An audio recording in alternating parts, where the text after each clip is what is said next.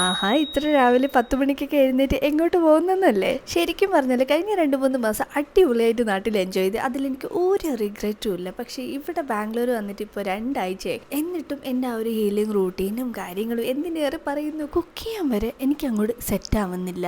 അതുകൊണ്ട് തന്നെ ഇന്നത്തെ എൻ്റെ ഒരേ ഒരു ലക്ഷ്യം എന്ന് പറഞ്ഞാൽ കുക്ക് ചെയ്യുക, വീട്ടിലെ ഭക്ഷണം കഴിക്കുക എന്നുള്ളതാണ്. ശരിക്കും പറഞ്ഞാൽ നാട്ടിൽ ആ ഒരു ആഘോഷങ്ങളും ബഹളമൊക്കെ കഴിഞ്ഞിട്ട് ഇവിടെ വന്നിട്ട് ഏകദേശം ഒറ്റപ്പെട്ട ഒരു ലൈഫ് ജീവിക്കും. ചെറുതായൊരു മൂഡ് ഓഫ് ആർക്കായാലും ഉണ്ടാവും, സ്വാഭാവികം. അതിൻ്റെ ഒപ്പം നമുക്കിപ്പോൾ വീട് വേണ്ട ഹൗസ് ഉണ്ട്. അപ്പം നമുക്ക് പറ്റിയത് നമ്മുടെ ബഡ്ജറ്റിനുള്ള വീട് ഒരുപാട് അലഞ്ഞിട്ടും കിട്ടാതെ വരുമ്പോൾ ഉള്ളൊരു നിരാശയും സങ്കടവും ഉണ്ടല്ലോ. എല്ലാം കൂടി ആയപ്പോൾ എനിക്ക് ഒരു മൂഡ് ഒരു എനർജി ഇല്ല എന്നെ ടേക്ക് കെയർ ചെയ്യാനോ ഇവിടുത്തെ കാര്യങ്ങൾ നോക്കാനോ ഒന്നിനും. പക്ഷെ എൻ്റെ ബോഡി കുറച്ച് ഞരക്കങ്ങളും മുറുകലൊക്കെ തരുന്നുണ്ട്. ഇങ്ങനെ പോയാൽ ശരിയാവില്ല എന്ന്. അതുപോലെ എല്ലാ ശടപടയെന്ന് പഴയ പോലെ പെട്ടെന്ന് എന്നെ കൊണ്ട് പറ്റില്ല എന്നുള്ള പൂർണ്ണ ബോധ്യവും എല്ലാം പെർഫെക്റ്റ് ആയിട്ട് സ്റ്റാർട്ട് ചെയ്യാമെന്ന് വിചാരിച്ചിരുന്നത് അതൊരിക്കലും നടക്കാൻ പോകുന്നില്ല എന്നുള്ള തിരിച്ചറിവുള്ളത് കൊണ്ടും ഞാനിന്നങ്ങ് സ്റ്റാർട്ട് ചെയ്യാൻ. Nothing fancy, no strict challenge, no pressure, just small improvements every day. അതായത് ഇന്നത്തെ എൻ്റെ ഗോൾ എന്ന് പറഞ്ഞാൽ ഹോം കുക്ക്ഡ് മീൽസ് കഴിക്കുക എന്നുള്ളതാണ്. നാളെ കുറച്ചുകൂടി നേരത്തെ എണീക്കുക, സമയത്ത് ഭക്ഷണം കഴിക്കുക, അങ്ങനെയൊക്കെ. അതായത് മുന്നത്തെ ദിവസത്തെക്കാട്ടിയും കുറേശ്ശെയായിട്ട് സ്മോൾ ഇംപ്രൂവ്മെൻറ്റ്സ് ചെയ്ത്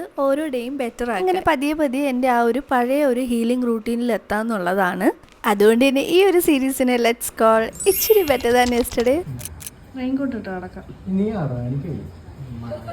പക്ഷെ ഫൈനലി ആള് എൻ്റെ കൂടെ നടക്കാൻ വന്നു. So this is day 1 of ഇച്ചിരി ബെറ്റർ ദാൻ യെസ്റ്റർഡേ.